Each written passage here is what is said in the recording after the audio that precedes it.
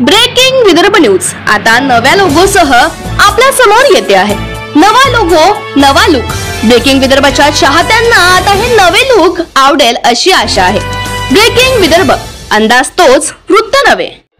प्रकाश आंबेडकर यांचा आम्ही आदर करतो, यांच्याकडून या अपेक्षा नाही। आमच्याकडून काही चुकलं असन तर कान पकडावं, परंतु मी मंत्री असताना दुचाकीने शेतकऱ्यांच्या आंदोलनात सामील झालो होतो हे प्रकाश भाऊंना माहित नसेल। प्रकाश भाऊ आंबेडकर यांचं बयान नेमकं कोणाच्या बाजूने आहे हे समजत नाही। शेतकऱ्यांच्या बाजूने की कोणाच्या बाजूने याचं स्पष्ट होत नाही। आम्ही तुमचा आदर करतोय, तुम्ही परमपूज्य डॉक्टर बाबासाहेब आंबेडकर यांचे वंशज आहात।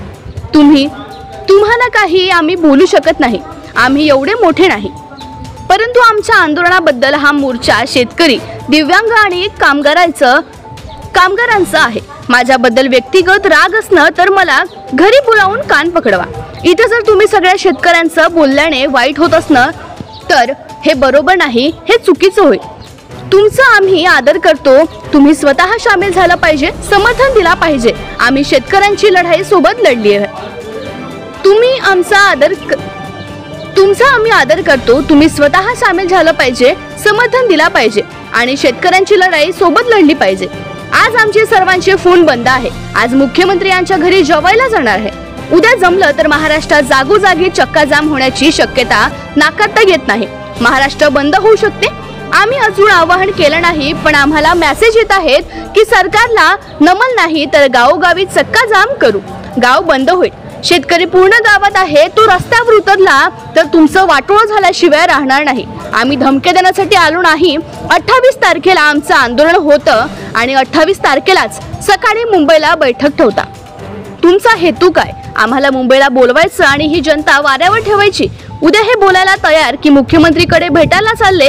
बच्चू भाऊ सर्व नेते म्हणजे यांना मुख्यमंत्री यांची पडली। शेतकऱ्यांचं काय? व्यवस्थित डावपेच शेतकऱ्यांसोबत करू नका। रोज मारणारा शेतकरी हा हिंदू आहे। आमच्या सोबत राजकारण करा आणि शेतकऱ्यांसोबत राजकारण करू नका। आम्ही 5 वाजेपर्यंत वेळ दिलाय, नाहीतर आम्ही रामगिरी येथे जाऊ।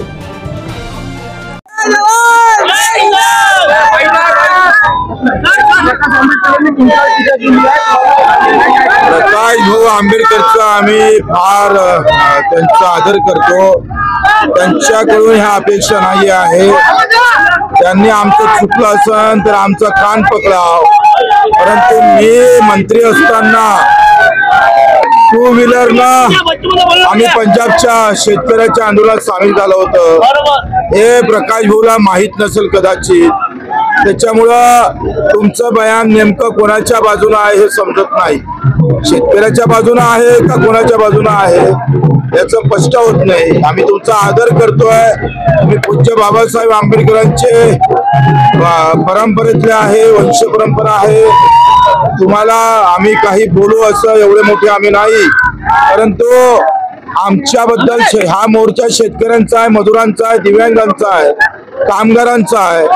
या मोर्चाला अशा पद्धतीचं माझ्यावर राग व्यक्तिगत असेल तर तुम्ही बोलावा, आम्हाला घरी बोलावा, कान पकडा, पण इथं तुम्ही सगळ्या शेतकऱ्याचं बोलण्यानं वाईट होत असेल तर प्रकाश भाऊ हे फार चुकीचं होईल। तुमचा पूर्ण आदर करतो आम्ही।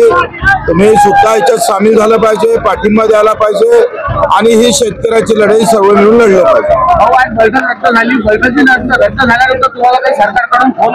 आता आमचे फोन सध्या बंद आहे। आज आम्ही मुख्यमंत्री महोदयांच्या घरी जेवण करायला जाणार आहोत। उद्या जमलं तर जागोजागी महाराष्ट्रात चक्काजाम होण्याची शक्यता नाकारता येत नाही। पुरा महाराष्ट्र बंद होऊ शकतं याची काळजी आम्ही अजून आवाहन केलं नाही, पण आम्हाला मेसेज येत आहे शेतकऱ्यांचे का बच्चू भाऊ जर सरकार समोर आलं नाही तर गावागावात आम्ही जाम करू, गावच्या गाव बंद होईल। शेतकरी पूर्ण गावात आहे, तो रस्त्यावर उतरला तर तुमचं सगळं वाटोळं झाल्याशिवाय राहणार नाही।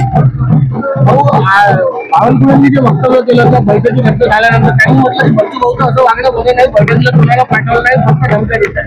नाही, मी धमक्या द्यासाठी आलो नाही आहे। तुम्ही सांगा 28 तारखेचं आंदोलन आणि 28 ला सकाळी मुंबईला बैठक, काय काय हेतू काय आहे?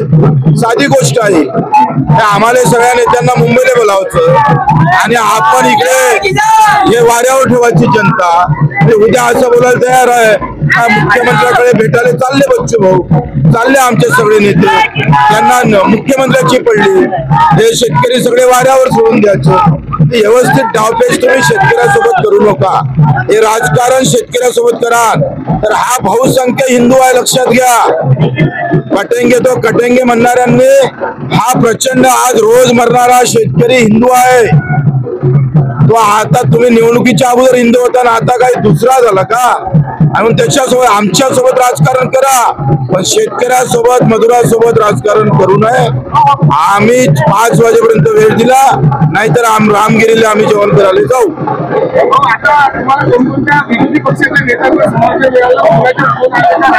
राष्ट्रवादी काँग्रेस शरद पवारजीनं पाठिंबा दिलेला आहे, काँग्रेसनं पाठिंबा दिलेला आहे.